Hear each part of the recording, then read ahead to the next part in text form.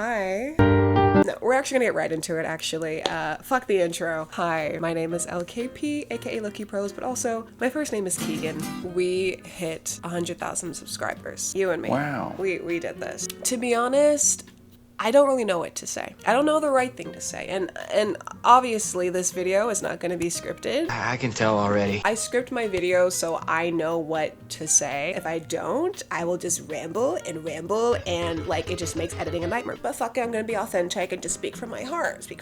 I've had this account for 2 years, but I have been doing social media in 2019. A little bit of lore on you hoes. This account was originally Thirst Trap Prose, where I would write poetic things and I would slide into like models DMs, like just hot people's DMs and just like say these things. I got very hilarious results, basically trolling hot people on the internet, sliding into their DMs and like saying this shit, and it was just funny. Majority of the time I got responded to and it was just fun. It was a fun thing for me to do. And you know what? I even got one of the dudes from The Bachelorette, like I was like in his DMs. He was with me, okay? And then I elevated into poetry, and then it wasn't until 2022 that like everything kind of changed for me. Yes, sir. I had a corporate job and I found that it was kind of keeping me from being fully creative, right? Then I had one of my performances blow up. That was kind of like the confirmation from the universe that like, oh, like this is what I'm supposed to be doing. And then in 2023 was probably like the worst year of my life. I'm not gonna lie to you, not to be dramatic, but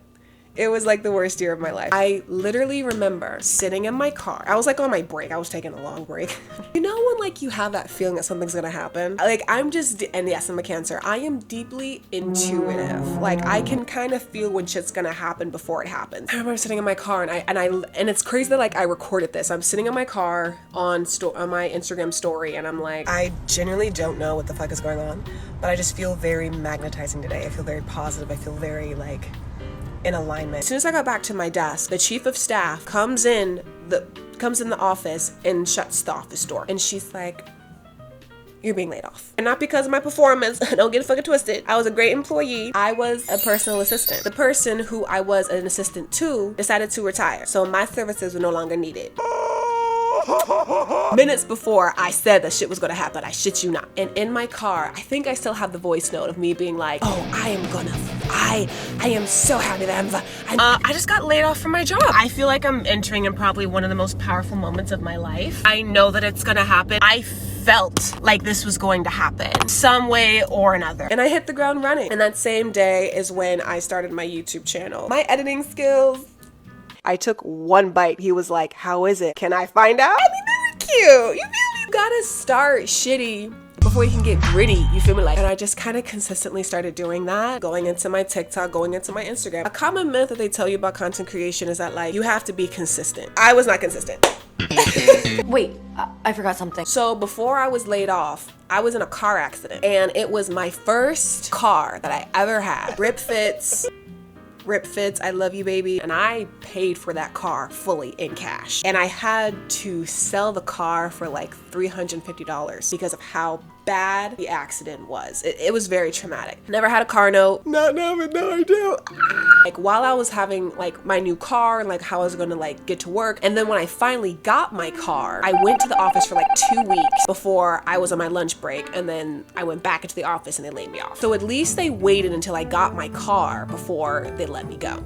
So thank you. They gave me a severance so that I could like live for a couple of months before shit was gonna hit the fan. When you are unemployed, you are never more depressed, unmotivated, distressed. You're just in your worst mental health state. Losing your job changes you. I was on unemployment, trying to find a job in this horrible job market. I was like, well, fuck it, we ball. I ran up my credit cards, honey. I ran them up and I was not consistent. Actually, no, with my YouTube, I was like, getting the shits done, you feel me? But I wasn't posting every single day. YouTube, I maybe posted like every like 2 weeks or just whenever I could. I was constant, but I wasn't consistent. And I feel like as long as you were putting stuff out, it doesn't really matter too much on the consistency. I was writing and writing and writing, and then I was like, you know, I kind of want to like pivot again, whether it be creatively, algorithmically, your audience-ly, you feel me? Like everything is always changing, so you have to adapt to what's going on. And so I was just kind of like, you know what? I kind of want to keep writing, but change it. I always wrote about love because of my experiences with love, and it all started with one one TikTok. The next time that a guy calls you beautiful, say, oh yeah? What are you gonna do about it? And from there, I started to write lines for women to use in their dating lives and their personal lives. And that's what led us here.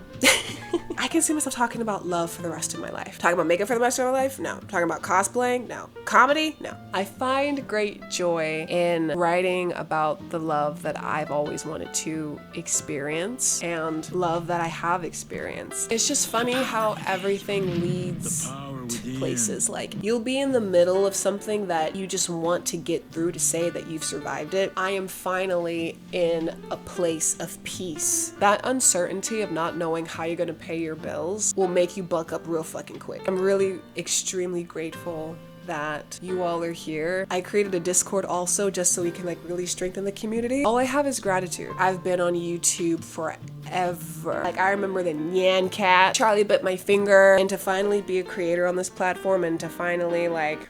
The woman was too stunned to speak. It's insane. It's insane. Expect a lot more content from me. Y'all gonna eat. Y'all gonna eat, I promise you. I wanted to create this video just to say thank you. I'm just a vessel, you feel me? I'm a reflection of you. And I say this to every single girl that comes my way and sends me love, I send it right back. You can only give love when you have it. Yeah. In my next video, I'm gonna be rizzing guys on Chat Roulette. Be on the lookout for that. It's gonna take me a little while to edit it because I'm very particular about editing, but it's gonna be out and y'all gonna eat. Thank you for being here. Thank you for riding with me. Join the Discord. We are going strong. We talk every single day. Join us. We have like a Riz chat and a life chat. One where we talk about Riz and just any questions that you have. Anything romantically going on in your life that you want a new perspective on. We're in this community to help, and I am in the chat like every single day. So you'll be talking like directly to me and to other people that think the way that you do. Like, have fun. And then the live chat is just stuff that's not dealing with love. Maybe you don't center yourself or your life around love, so it's just a place for us to talk about everything else. I'd love to know your thoughts and what you think and what you have going on in your life, because we are in this. You and me, we go together. Ruby. I will see you in the next video. Until then, safe travels. It's going to work out for me. Let me go to the gym. I am going to go crazy in the gym. When I'm with you, it's like chaos. Talking's just one thing.